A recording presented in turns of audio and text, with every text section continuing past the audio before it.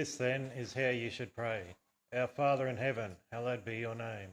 Your kingdom come, your will be done, on earth as it is in heaven. Give us today our daily bread, and forgive us of our debts, as we also forgive our debtors. And lead us not into temptation, but deliver us from the evil one.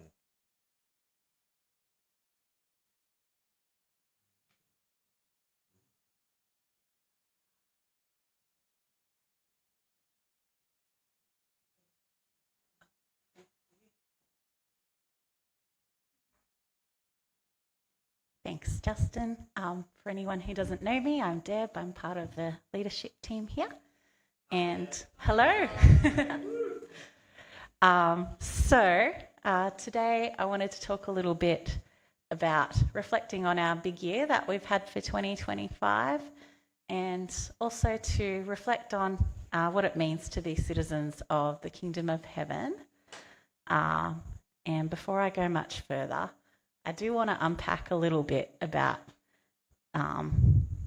the term kingdom. It can feel a bit gendered and a bit colonial, and as part of our benediction, I will look into some other words we can use, so hold tight for that.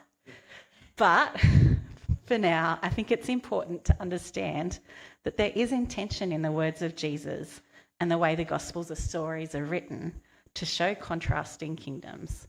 So there's the reign of Caesar, there's the influence of Satan and evil, there's the rule of the Jewish religious leaders, there are flawed human behaviour patterns.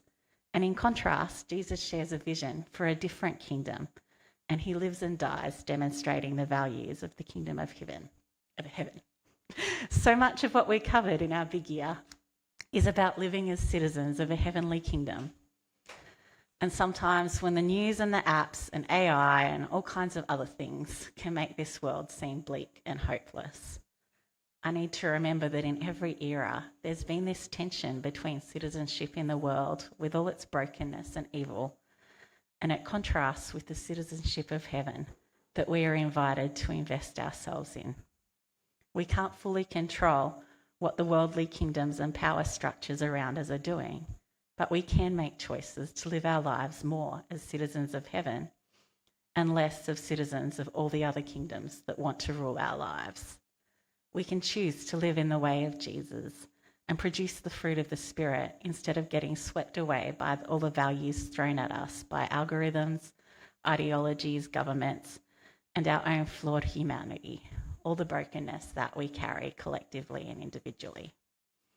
So for those of you who have been along with the journey, you may remember or appreciate the refresher, or for those of you who may not have been here the whole year, each month we looked at different actions that we can take that are at the heart of what it means to follow Jesus. I've grouped our big year into, let me just get my aim perfected. I might have clicked, yay! I've completely lost my train of thought with all the excitement of the slide.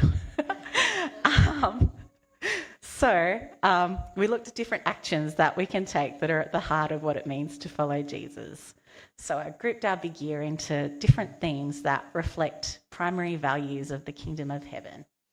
And so some of it is about our relationship with resources. So there was the theme at the beginning of the year about creating margins, and from a different version of the big year, we kind of swapped it out to add in hospitality. But going in with that theme is the idea of resting and recharging, which Jesus modelled and spoke about quite a lot. There's holding our possessions loosely, and there's giving freely. Another theme that came up for us was our relationship with others. And so that was loving our neighbours. Did I just say the same thing twice? There we go. It must be really important for someone here. Love your neighbours. Oh my goodness, it's important for me. My neighbour is problematic at the moment.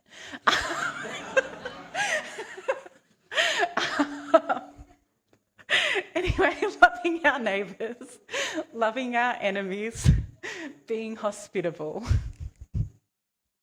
Our relationship with God. So that's trusting God and following the Spirit. And here's one, if I had had room for a Gantt chart, I would have done it, but it's our relationship with self, God and others. So that was where we thought about reforming myself and not others, about being humble and being faithful, and about giving and receiving forgiveness. I jumped ahead too soon. Sneak preview. Let me just get this to the right spot. So at the end of the year or the beginning of a new year, we often reflect on what went well, what we learned, and how we want to grow in the coming year. So I want to encourage all of us to reflect on these big year themes. You might want to think or pray or journal about them. I even have a Spotify playlist of big year related songs. I can share it to Slack if you think that will help you to see what resonates with you. But I encourage you to take time to reflect in whatever way works for you. Open yourself to hearing from God about where he's been able to do a deeper work in you and through you this year. And thank God for the changes that he's made and the opportunities that he's given you.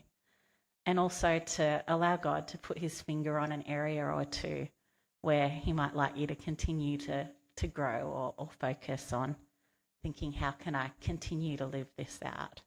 Just like he did for me just then with my literal neighbour. As well as the Lord's Prayer. Thank you, Justin, for reading that. The passage that was on my mind as I was reflecting on our big year themes was Matthew 25. It's a big chapter and I need to keep my message short, so I won't read it in full, but you can read and reflect on it in your own time if you like. I've got some little Sunday schoolish images that might jog your memory. So it's 3 parables that Jesus told about stewardship for living in the in-between, when we know God's kingdom is at hand. We are in a world where we can't always easily feel and see the presence of God. But if we truly know who God is and believe this God will come and bring his kingdom, it will affect our current reality. In the 3 parables, Jesus contrasts good, wise, faithful, and righteous ways to live with foolish, lazy, and wicked ways to live. So the first parable, I don't know if you can make out the oil lamp. It's probably not a historically accurate colouring page for Sunday school. But the story was about 10 bridesmaids who were waiting to help welcome the groom. Half of them were wise and half of them were foolish. They all had lamps. They all realised the groom was running late and had a little nap, and that was okay. Someone else was like the watchman. But the difference between them that meant that some were wise and some were foolish is that the wise ones had some extra oil in a jar and the foolish ones didn't. And so when the groom finally arrived, the foolish ones didn't have enough of the oil to keep their lamp lit up. And so overall, the parable tells us we need to be ready suddenly, but we could also need sustenance to wait a very long time. There are lots of ideas out there on what exactly the oil symbolises. The most 2 common ideas are, number 1, that it could be connection to the Spirit of God. People note that oil is often used to symbolise this throughout Scripture. And idea number 2 is that the oil symbolises an accumulation of faithful and genuine good works, which kind of ties in with the other passages nearby which talk about the wise or the ready or the good characters and making good choices in their stewardship in this in-between stage, choices that will please the master and represent him well. And maybe that ties in with the idea of letting our light shine through good deeds that glorify God. Anyway, I don't think we're going to solve this problem tonight. The whole internet overall time didn't seem to have solved it definitively. And so I'm going to take it broadly and leave the ball in each of our courts. What makes your faith real and sustainable and something that can light up the night? What is the fuel that will help you to be ready to welcome Jesus when he arrives and to be part of what he is doing? When we talk about the arrival of Jesus, I want us to hold in mind all the drama of a second coming, but also the everyday moments when Jesus is nudging you to notice his presence in your corner of the world and to amplify what he is already doing. What fuels that for you? Maybe it's devotional practices like Bible study or prayer or music. Maybe it's time with other Christians or reflecting on teachings through podcasts or books. Maybe it's about finding routine and non-routine actions that help you to reflect who Jesus is and to live out your faith. Maybe it's getting lots of practice in observing how God works in the past and the present so that it becomes easier to recognise what the Spirit is doing now and to follow. Maybe it's about, as we talked about in our big year, creating margins in your life so you can be responsive to the Spirit's nudges. Maybe it's a bit of everything. That was a very long list, but maybe whichever one you remember is one that might work for you. And the second parable, I'm jumping ahead, is the story of the talents. And so there was a master who had 3 servants, and he entrusted them with different amounts of resources, some coins, before he went on a journey. And so there were 2 good and faithful servants who used those coins wisely, invested them, managed to double them. And then there was one servant who was called wicked and lazy because he buried that resource and didn't cause it to multiply. And so reflecting on this is a chance to think that God gives us each capacity. He entrusts us with resources and opportunities and gifts. We don't need to worry about whether we have more or less capacity than the people around us. God just wants us to see us do well in how we take what he has given to us and make it grow.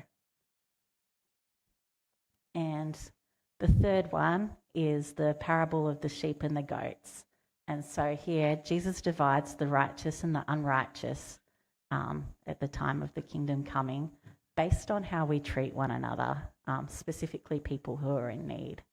And the citizens of heaven are the ones who feed the hungry, the people who give the thirsty something to drink, the people who welcome strangers, the people who find clothes for the naked, the people who care for the sick, and the people who visit those in prison. And so from this parable, we see that in this space we have where, the kingdom of heaven isn't quite here, and yet God wants us to live as though we are citizens of the kingdom of heaven. We learn that how we treat people matters. Jesus sees all people as his siblings, and whatever we do for them when they are in need, it's as if we did it for Jesus himself. How we treat one another is a reflection of our love for God.